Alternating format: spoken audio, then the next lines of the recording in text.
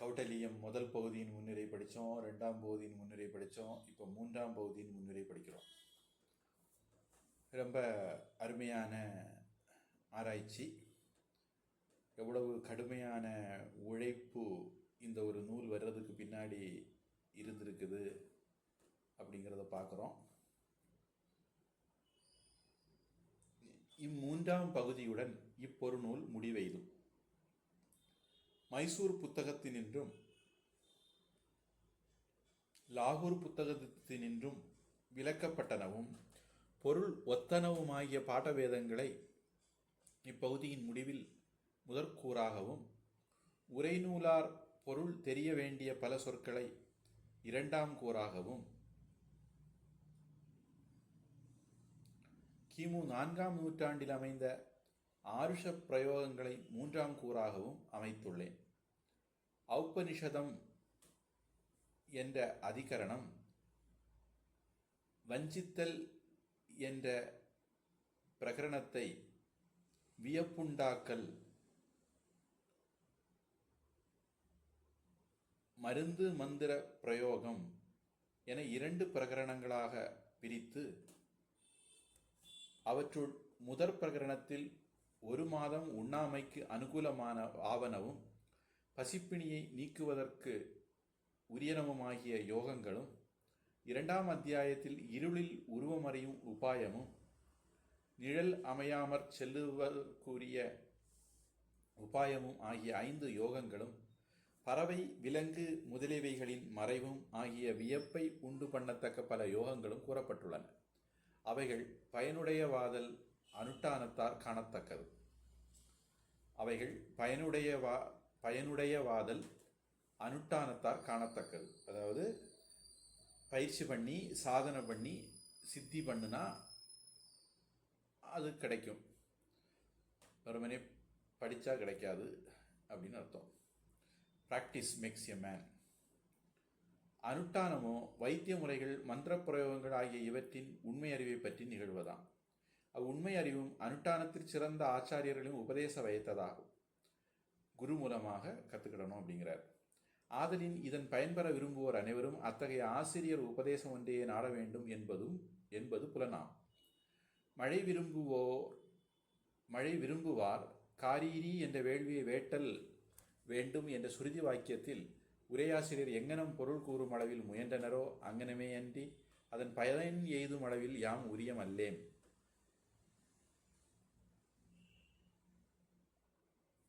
அதாவது மழை வேணும்னா காரீரி யாகம் செய்யணும்னு சொல்லியிருக்கோம். அது எப்படி செய்யணும், என்ன செய்யணும், எல்லா விவரங்களும் உரையாசிரியர்கள் சொல்லலாம். ஆனால் அதுக்காக வேண்டி மழை வராது. அதை உரையாசிரியர்கள் மழையை தர முடியாது. செய்கிறவங்க தான் அதை கொண்டு வர முடியும். பயிற்சியினால தான் அது வர முடியும். அது மாதிரி இதனை கருதியே இப்பிரகரணத்தின் இறுதியில் இவற்றிற்கு இயன்றவரை பொருள் கூறியுள்ளேன். பயன்பெறும் முறை அவ்வம் மரபு பற்றியதாகவும் என வரைந்தோம். ஏதோ எங்களால் முடிஞ்ச அளவுக்கு பொருள் சொல்லியிருக்கிறோம். பயன்பெறுகிறது அந்தந்த மரபு படி சிறந்தவர்கள் மூலமாக உபதேசம் பயிற்சி பண்ணி அடர்த்திக்கிடணும் அப்படின்னு எழுதியிருக்கிறோம் அப்படிங்கிறார். பொறியடக்கம் என்னும் பிரகரணத்தில் ராவணனும் துரியோதனனும் உதாரணமாக எடுத்துக்காட்டப்பட்டனர். புருட விதனம் என்னும் பிரகரணத்தில் சூதாடுவோரை குறிக்குமிடத்து துரியோதனனும் சயச்சேனனும் குறிப்பிடப்பட்டனர். அவரால் தோல்வியடைந்த நளனும் தருமபுத்திரனும் குறிக்கப்பட்டுள்ளார். ஆதலின் மகாபாரதத்தை கௌடல்யர் மேற்கோளாக கொண்டவர் என்பது விளங்கும். பொறியடக்கத்தில் கூறப்பட்ட தம்போர்பவன், கார்த்தவீரியார்ஜுனன், வாதாபி, விருஷ்ணி இவர்களின் சரிதங்கள் மகாபாரதத்தில் அடங்கின என்பது வெளிப்படை. ஆயின் தாண்டக்கியன், கராளன் இவர்கள் வரலாறு யாண்டுள்ளது என்பது புலனாகவில்லை. இங்கனமே 5ஆம் அதிகரணம் ஒழுக்க வரையறை என்னும் பிரகரணத்தில் குறிக்கப்பட்ட காத்தியாயனர், கணிங்கர் முதலியவர்களின் வரலாறு எனக்கு கிடைத்த உரையின் வாயிலாக அறிந்து கூறப்பட்டது. இவ்வரலாறு எந்த முதநூலில் உள்ளதென்று அறியக்கூடவில்லை. இதில் நிறைய பேரை பற்றி சொல்லியிருக்கு. அது விவரங்கள் ஏதாவது உரைநூலில் இருந்தால் அதை பற்றி சொல்லியிருக்கிறேன். ஆனால் அந்த உரைநூல் ஆசிரியர்களுக்கு இது எங்கேருந்து கிடச்சதுன்னு நமக்கு தெரியல. நாம் அந்த விஷம் கொடுத்த அதிகரணத்துல எல்லாம் அந்த மாதிரி விஷயங்கள் பார்த்தோம். அவர் பல விஷயங்களை சொல்கிறாரு, அது எந்த நூல்லேருந்து எடுத்தாருன்னு நமக்கு தெரியல. இதில் துரியோதனன், தருமன் இவங்கெல்லாம் மகாபாரதத்துலேருந்து வந்தாங்கன்னு நமக்கு தெரியுது. சிலது தெரியுது, சிலது தெரியலை. அவருடைய காலத்தில் அவருக்கு தெரிஞ்சது அவர் குறிப்பிட்டிருக்கார். முதற் பகுதியின் முகவுரையில் முதலாசிரியரின் பெயர் குறிப்பில் அரசிளங்குமரரை காத்தல் என்னும் பிரகரணத்தில் குறிக்கப்பட்ட ஆம்பியர் என்னும் பெயர் எழுதுவோன் தவற்றினால் விடப்பட்டது. அதனால் உரையினும் வெளியாகவில்லை. அப்பொருளை ஈண்டு எடுத்து விளக்குவாம்.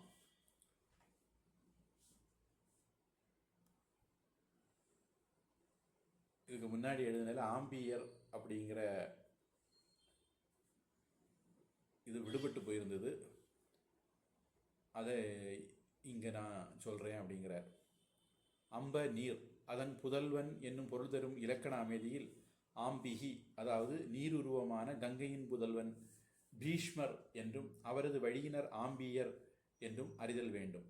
கௌணபதந்தர் என்றே குறிக்காது இங்கனம் குறித்தமை அவர்களின் மத வேறுபாட்டையும் ஒருவித சித்திரத்தையும் குறித்தற்காம் என கொள்க.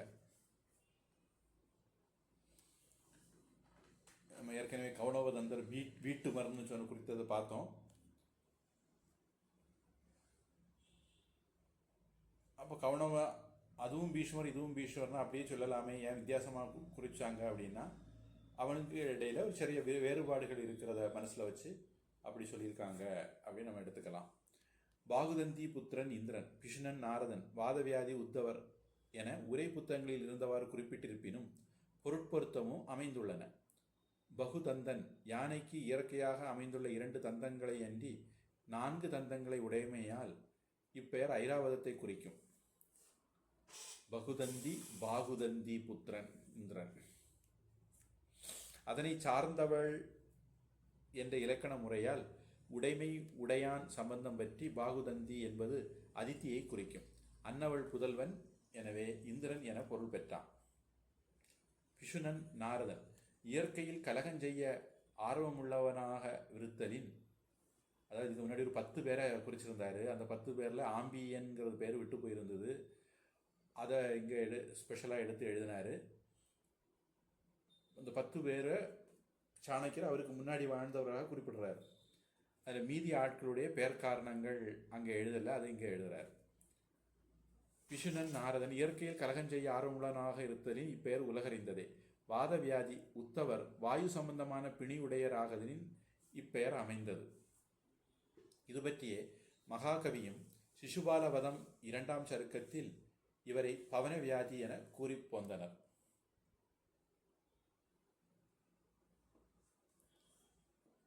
வாதவியாதி மகாபாரதத்தில் வந்த பாகவதத்தில் வந்த உத்தவர் தான் அப்படின்னு சொல்கிறார்.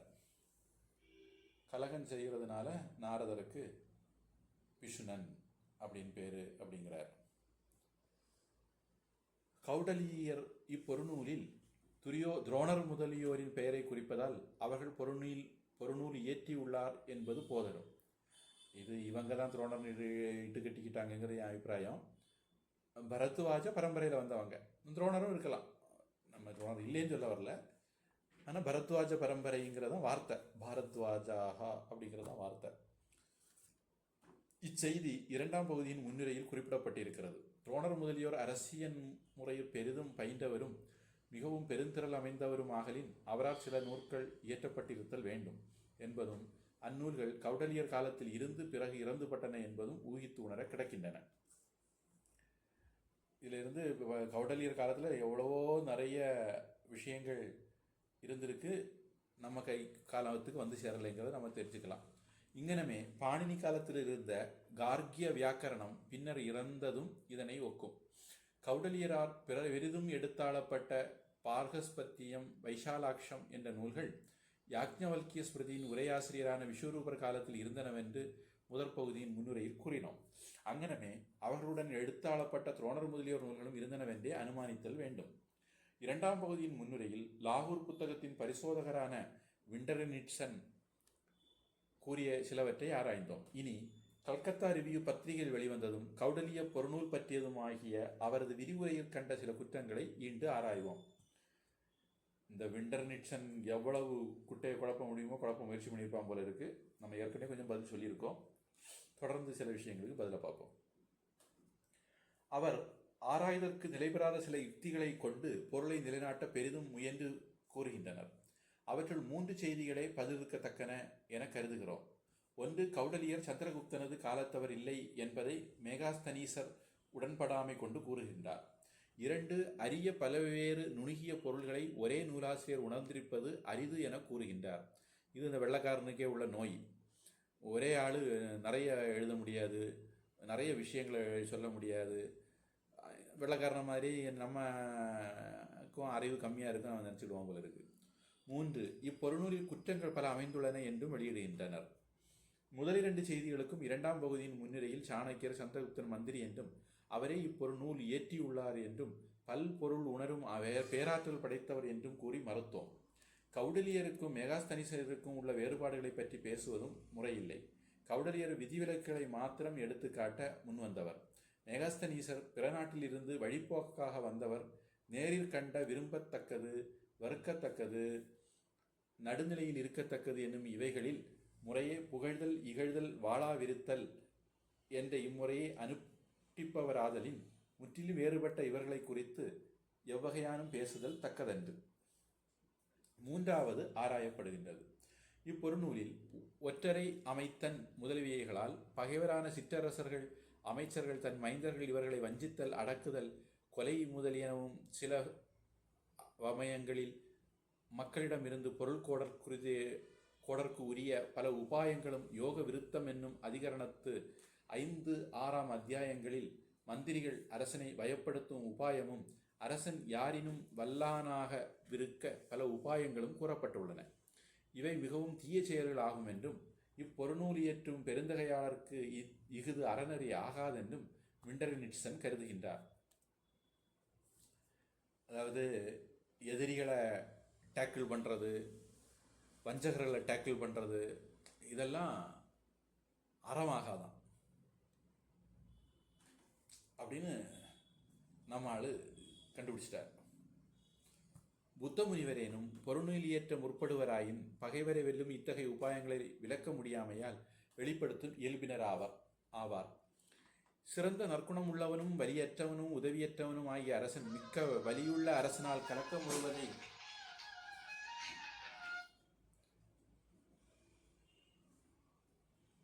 கலக்கமுறும் பொழுது அவன் தன் அரசுரிமையை காவல் புரிதற்கு உபாயத்தை தேடல் வேண்டும்.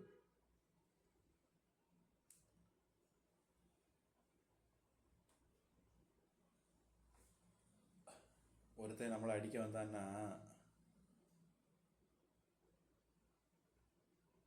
நாம்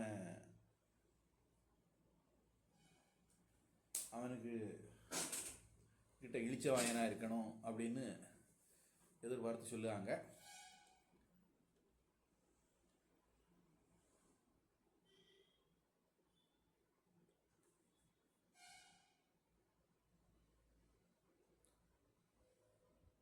சிறந்த நற்குணம் உள்ளவனும் வலியற்றவனும் உதவியற்றவனும் ஆகிய அரசன் மிக்க வலியுள்ள அரசனால் கலக்கமுறும் பொழுது அவன் தனது அரசுரிமையை காவல் புரிதற்கு உபாயத்தை தேடல் வேண்டும். அத்தருணம் அவன் ஆசிரியர், உனது அரசை பகைவரிடம் கொடுத்து நீ வானப்பிரத்தன், சந்நியாசிய இவைகளின் நெறியினை மேற்கொண்டு ஒழுகலாம் என்று உபதேசிப்பது நியாயமாகுமா? இங்கனம் கூறுவது பொருந்தாதாகலின், ஒரு நல்லவன் இன்னொரு அரசன் அவனுக்கு துன்புறுத்த வரான், இந்தாப்பா என் நாட்டை நீயே வச்சுக்கோ, நான் சாமியார போறேன் அப்படின்னு சொல்லிட்டு போன்னு சொல்ல முடியுமா? இங்கனம் கூறுவது பொருந்தாததாகலின் எவ்வாற்றானும் அறநெறி வழிவினும் சரீரத்தையும் நாட்டையும் காத்தல் வேண்டும் என்று இத்தகைய உபாயங்களை கூற வேண்டும். காந்தியடிகள் சொன்னார், ஒரு பெண் தன்னுடைய பல்லாறு நகத்தாலும் தனக்கு கெடுதல் செய்ய வரக்கூடியவன்றிருந்து தன்னை காப்பாற்றிக்கிடணும் அப்படின்னு. காந்தியடிகளே அப்படி சொல்லியிருக்காருன்னா நம்ம நார்மலாக இருக்கிற நம்ம எப்படி சொல்லணும்? அங்கனம் கூறின் அவ்வுபாயங்களால் அரசாட்சியை நிலைநாட்டி கொண்டு கிணறு தோண்டுகிறவன் அதிலிருந்து ஊறும் நீரினால் தன்மேலுள்ள சேற்றை கழுவுவது போல செங்கோல் செலுத்தும் புண்ணியத்தால் வஞ்சனை செய்த பாவம் போம் என்று உபதேசிக்கும் ஆசிரியருக்கு அறநெறி தவறென்பது உண்டாகுமா? ஆதலின் தீய வழி செல்வோரை கெட்ட உபாயத்தால் அடக்க வேண்டும் என்று முன்னோர்கள் கூறியுள்ளார்கள்.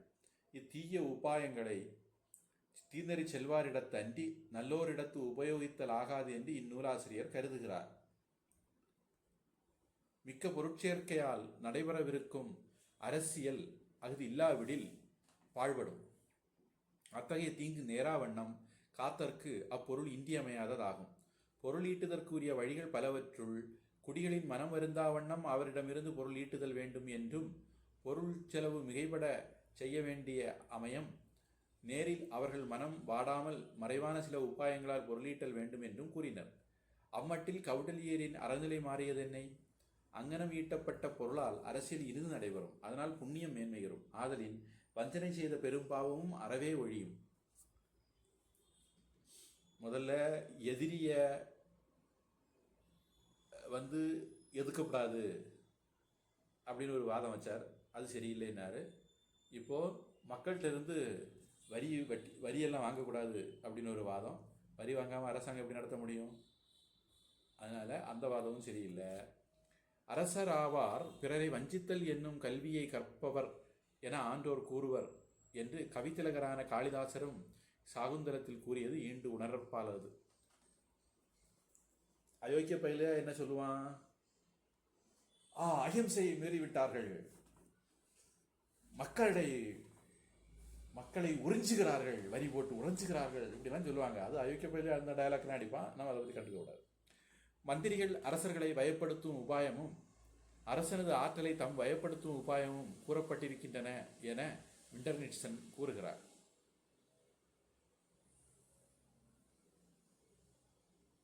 அது முற்றிலும் முரண்பட்டது. அதிகரணத்தின் 5ஆம் அத்தியாயத்தில் ஒரு தொழிலில் நியமனம் செய்யப்பட்டவர் அத்தொழிலினை ஒழுங்கு பெறச் செய்தல் வேண்டும் என்றும், அரசருக்கு சில தீங்குகள் நேரும் சமயத்தில் அவைகளை அவர்கள் எவ்வாற்றானும் விளக்க முற்படல் வேண்டும் என்றும் கூறப்பட்டுள்ளன. 6ஆம் அத்தியாயத்தில் தந்தையை இழந்த அரசிலங்குமரனை கொன்று அவனது அரசை அமைச்சன் கைப்பற்ற வேண்டும் என்ற பாரத்துவாச மதத்தை பல யுக்திகளால் மறுத்து தந்தையின் இடத்து மகனை அமைத்து முடிசூட்டி அவனுக்குரிய நன்மைகளையே அமைச்சர் எவ்வாற்றானும் செய்து வரல் வேண்டும் என்றும் விளக்கப்பட்டுள்ளது. சாணக்கியர் ஒன்று சொல்றாரு, இவன் குண்டக்க மண்டக்க புரிஞ்சுக்கிட்டு சொல்றதை கண்டிக்கிறார். இவ்வத்தியாயங்களின் பொருள் இங்கனம் நன்கு புலனாகவும் விண்டர்னிட்சனுக்கு மாறுபட்ட பொருள் எங்கனம் கிடைத்ததோ அறிகிறோம். உள்ளங்கை நெல்லிக்கனி மாதிரி தெளிவாக இருக்கு விஷயங்கள். உனக்கு குறுக்கு புத்திக்கு எப்படிரா இப்படியெல்லாம் அர்த்தம் தோணுது?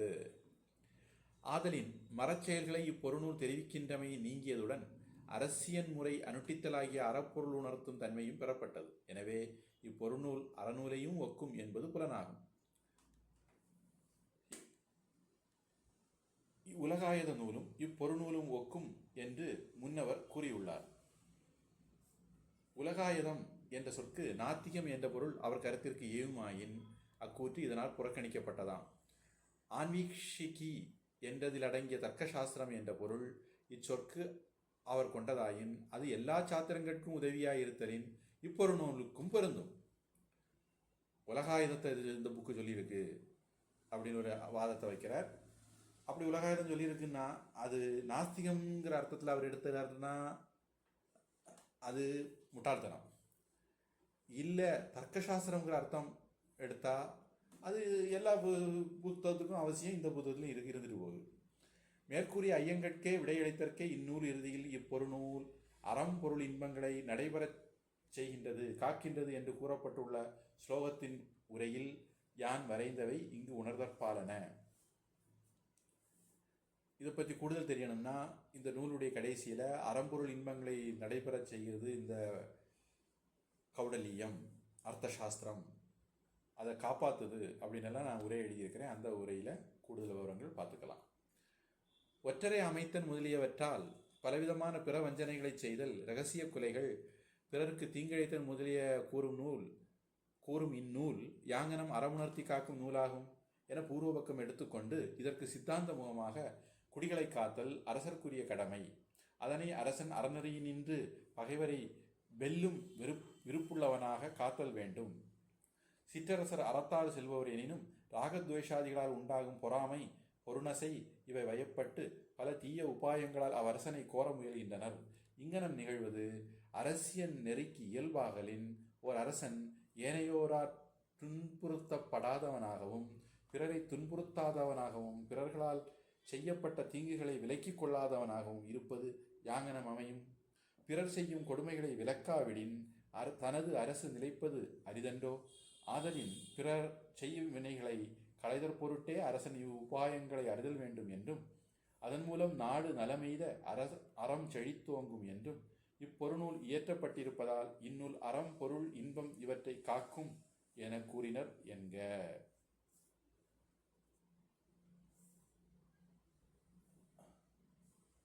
கூறியிருத்தலின்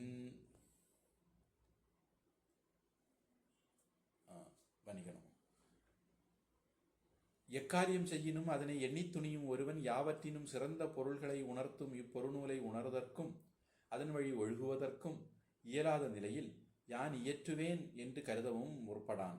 இந்நிலையில் இப்பொருநூல் பொருளறிவும் அவ்வழி ஒழுக்கமும் அற்ற ஒரு பண்டிதரால் இயற்றப்பட்டிருத்தல் வேண்டும் என்று விண்டர்னிட்சன் எவ்வாறு கூறினரோ அறியோம். அந்த முட்டா பையன் எப்படித்தான் இப்படியெல்லாம் வளர்றானோ தெரியலையேப்பா அப்படிங்கிறாரு. இந்நூலில் பல பொருட்களை திரட்டி கூறியிருத்தலின் அங்கனம் கூறுவது பண்டிதர்க்கே அமையுமன்றி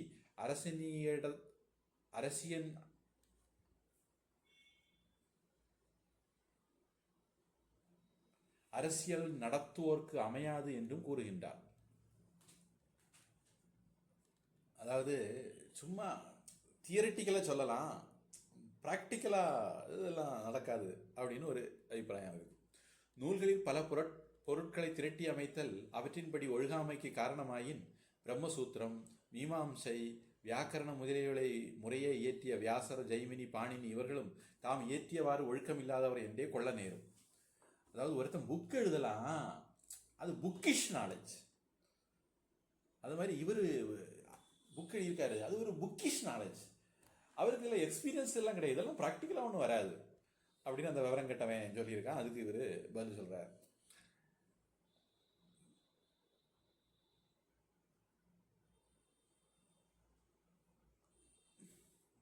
ஒரு டாக்டர் ஒரு மருத்துவ புக் எழுதுறாரு, ஒரு இன்ஜினியரிங் புக் எழுதுறாரு, ஒரு கம்ப்யூட்டர் இன்ஜினியர் கம்ப்யூட்டர் சம்மந்தமாக புக் எழுதுறாரு. அதெல்லாம் புக்கிஷ் நாலேஜ். அவங்களுக்கு அது எந்த எக்ஸ்பீரியன்ஸும் கிடையாது, அது ப்ராக்டிக்கலாக ஒத்து வராது அப்படின்னு சொன்னால் எப்படி இருக்குமோ அந்த மாதிரி இந்த விண்டர்னிட்சன் எவ்வளோ பெரிய கேனப்பயங்கிறது நமக்கு அது தெரியுது. மேலும் சீர்பர அரசியற்றும் தன்மையும் சொல்லணி துலங்க நூலியற்றும் தன்மையும் முரணான குணங்கள் ஆகா என்பதும் இவ்விரண்டும் ஓரிடத்து அமையும் என்பதும் இவரால் கருதப்படவில்லை. மற்றொரு செய்தி இன்று குறித்தற்பாலது இப்பொருநூலில் பல்வகை பொருட்களின் பெயர்களும் பற்பல நாடுகளின் பெயர்களும் குறிக்கப்பட்டிருக்கின்றன. அவையாவும் சந்திரகுப்தனது காலத்தில் இப்பரதகண்டத்தில் இருந்தனவாக அறியக்கூடவில்லை என வரைந்து இதனை இப்பொருநூல் சாணக்கியரால் இயற்றப்படவில்லை என்பதற்கு சான்றாக காட்டி ஒரு பண்டிதர் எனக்கு ஒரு முடங்கல் விடுத்தார், அதனை ஈண்டு சிறிது ஆராய்வாம். இதிலெல்லாம் பல நாடுகள் பல ஊர்கள் பேரெல்லாம் இருக்கு, அதெல்லாம் இந்த பரத நாட்டில் இருந்த மாதிரி தெரியல. அதனால இது சாணக்கியர் எழுதியிருக்க மாட்டார் அப்படின்னு ஒரு கருத்து. இந்நூலில் காணப்படும் பல பொருட்பெயரும் பல நாடுகளின் பெயரும் சந்திரகுப்தன் காலத்தில் இருந்த பரதகண்டத்து மக்களால் அறியப்படாதவை என இவர் எங்கன அறிந்தார்? சரியா, உனக்கு எப்படி தெரிஞ்சது அதெல்லாம் சந்திரகுப்தன் காலத்தில் இல்லைன்னு? நீ அந்த காலத்தில் வாழ்ந்தியா? கிட்ட இருந்து பார்த்தியா? காட்சி அளவையால் அறிந்தோம் என கூற இயலாது. அவ்வளவையை நிகர்த்த ஆப்த வாக்கியத்தினாலாவது அல்லது முதலாசிரியர் உரைகளாலாவது எழுதியிருப்பாரோ எனின் அங்கனம் கூற ஒரு சிறிதும் இடம் இல்லை. நேரடியாக பார்த்தான்னு சொல்ல முடியாது. பெரியவங்க வார்த்தையில் கேள்விப்பட்டேன் அல்லது உரை நூல்களிலிருந்து அறிஞன் சொல்ல முடியுமானா அதுக்கும் இடம் இல்லை. ஒன்றை மற்றொன்றாக கருதும் மதியினது இயல்பு பற்றி நிகழும் ஊகத்தினால் இங்கனம் கூறலாம் எனின் ஊகமும் மிக வலிய அளவைகளை முரணாது இருப்பிற் கொள்ளத்தக்கது. நான் யூகிச்சு சொன்னேன் அப்படின்னா அதுவும் மற்ற விஷயங்களுக்கு முரணாகக்கூடாது. இன்றேல் தள்ளத்தக்கது.